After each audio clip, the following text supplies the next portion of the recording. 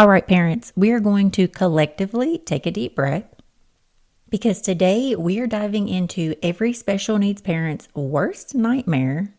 What happens if the Department of Education gets axed? I had a listener write in basically saying, Danielle, I'm freaking the F out. If the DOE disappears, what happens to my kid's IEP? Are we on our own? Do I need to start homeschooling out of sheer survival? And listen, I get it. The idea of losing federal protections for our kids is enough to make anyone start chugging coffee as a coping mechanism, which I'm going to be real with y'all, I'm currently doing anyway. But before we start planning our underground special education rebellion, let's break this down. Today, we're going to talk about what could actually happen if the DOE goes poof, what it means for your child's IEP and special education services, what you can do right now to protect your kiddo, and most importantly, why we're not going to panic. Because if your girl knows anything, it's that our kids feed off of our energy. And if we're running around screaming, we're all doomed, or even if we're not saying it out loud, they're going to feel that. So let's get into the facts first, panic later, or ideally never. So mama, grab your favorite cup of sanity and let's dive in.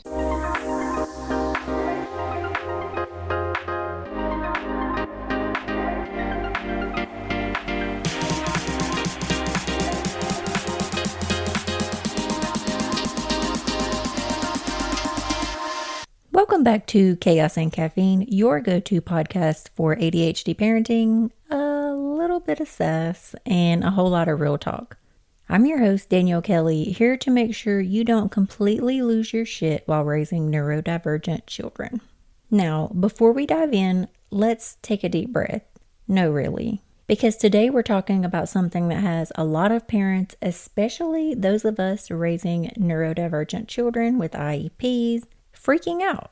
I had a listener write in asking about the possible dissolving of the Department of Education and what that could mean for our children's services. So let's break it down. We'll talk about what it could mean and most importantly, what the hell we can actually do about it. Okay, so what happens if the Department of Education goes bye-bye? First, I want to bring some of you up to speed because you're like, what the heck is even happening? So there's been a lot of chatter about potentially dissolving the Department of Education, and while it's not an immediate reality, it is something that's being pushed in certain political circles. Now, what does this mean in practical terms?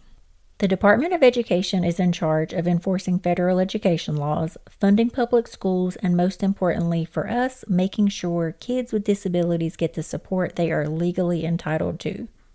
If it were to be eliminated, the power would shift entirely to state and local governments, meaning no federal oversight. States could do whatever they wanted with special education laws. Some states might step up and keep strong protections, while others, not so much.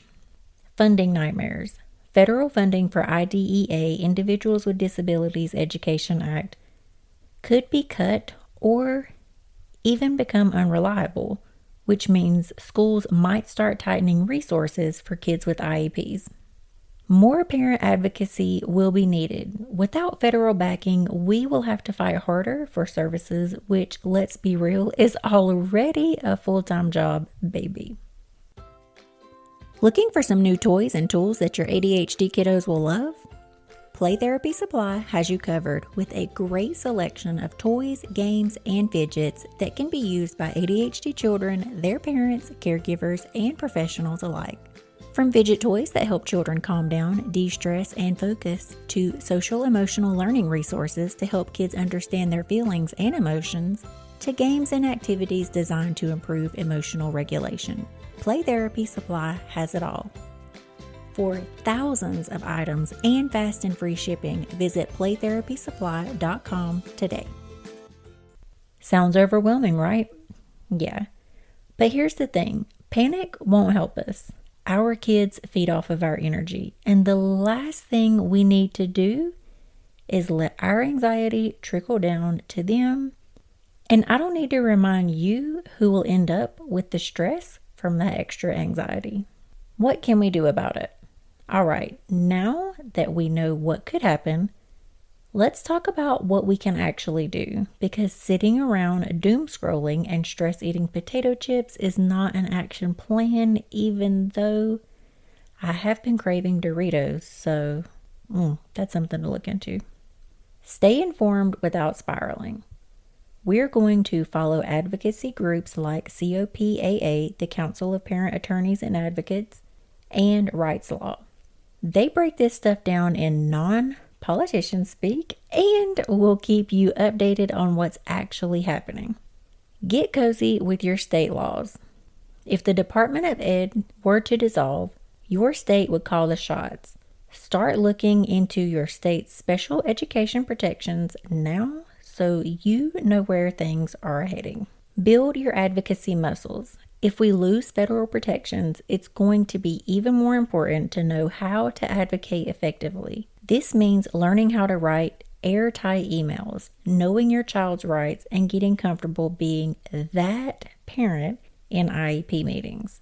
My son's school is already very familiar with Miss Kelly. Create a just-in-case plan. Worst case scenario, your school starts cutting services. Start keeping detailed documentation of your child's progress, struggles, and accommodations so you're prepared to push back if needed. Connect with other parents. If things get messy, you do not want to go it alone. Parent advocacy groups and Facebook communities can be a lifesaver for resources and support. Bottom line, we prepare, we advocate, we do not panic. Okay, before we move into our affirmation, I want to talk about this week's product of the week, because after all of that doom and gloom, baby, we all need a little bit of self-care.